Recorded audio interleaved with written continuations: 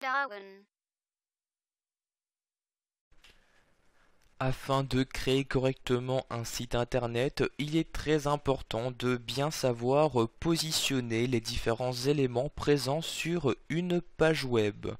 Pour cela, nous allons dans un premier temps créer une nouvelle règle CSS. Donc je clique donc ici sur modifier la règle. Cette règle, je vais l'appliquer ici sur mon image afin de la positionner comme je le souhaite. Pour cela, ici, je vais sélectionner donc le sélecteur de balise et donc je vais me rendre sur la balise IMG que je vais donc ici juste appliquer à ce document.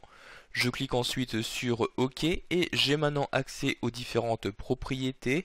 Donc les propriétés de positionnement vont se trouver ici dans la catégorie positionnement.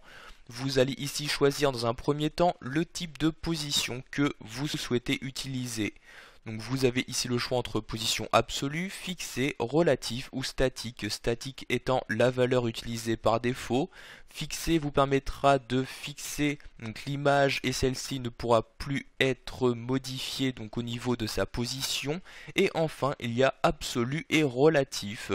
Afin de vous expliquer clairement la différence entre la position relative et la position absolue, je vais ici me rendre sous mon navigateur internet.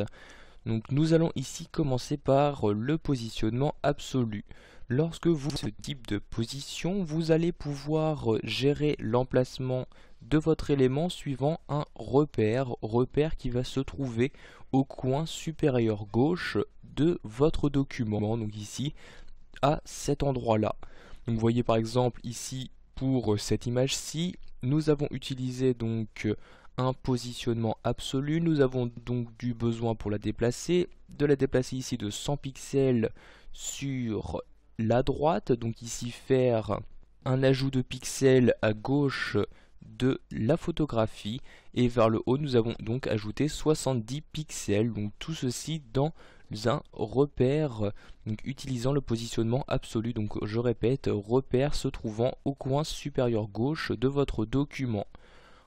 Alors que pour le positionnement relatif, donc ici je vais utiliser cette seconde image, vous ne vous basez plus ici au coin par rapport au coin supérieur gauche de votre document, mais par rapport au coin supérieur gauche de l'élément en question. Donc par exemple ici, ce coin-là, ce qui veut dire que vous allez donc pouvoir déplacer ici ce bloc-ci par rapport à ce repère et non plus le repère qui se trouve juste en haut.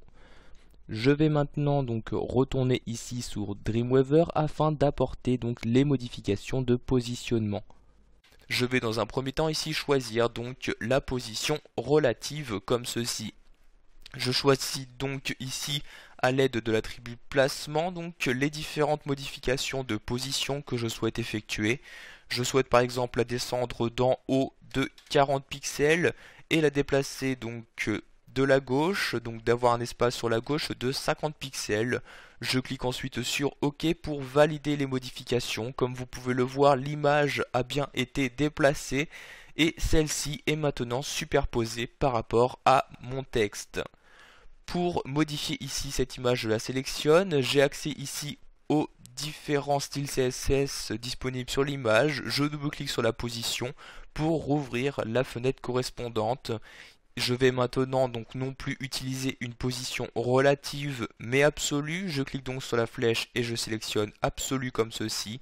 Je clique ensuite sur OK et comme vous pouvez le voir, les positionnements donc de mon image et de mon texte ont bien totalement changé.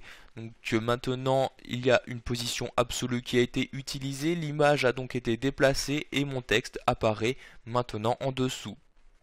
Pour finir, nous allons voir qu'il existe une dernière méthode pour positionner vos éléments sur une page. Il s'agit donc d'utiliser la méthode des flottements.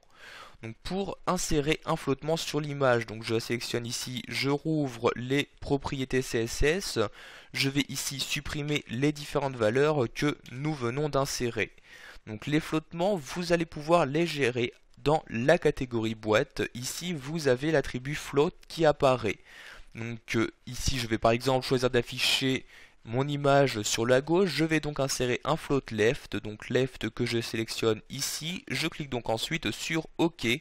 l'intérêt d'utiliser les flottements est que vous allez maintenant pouvoir donc correctement aligner les différents éléments que vous souhaitez. En effet, vous voyez maintenant donc l'élément image et les éléments paragraphe ne sont plus maintenant superposés. Donc vous souhaitez en revanche ici afficher ce deuxième paragraphe non plus donc sur la droite de l'image mais en bas. Donc pour cela vous pouvez voir ici donc avec de l'inspecteur de balise que l'ID réservé à ce paragraphe est donc l'ID para2. Je vais donc créer une nouvelle règle CSS. Donc je clique ici sur modifier la règle. Je sélectionne bien ID para2 et dans ce document je clique donc sur OK comme ceci. Je retourne ici dans la catégorie boîte et je vais utiliser ici l'attribut clear.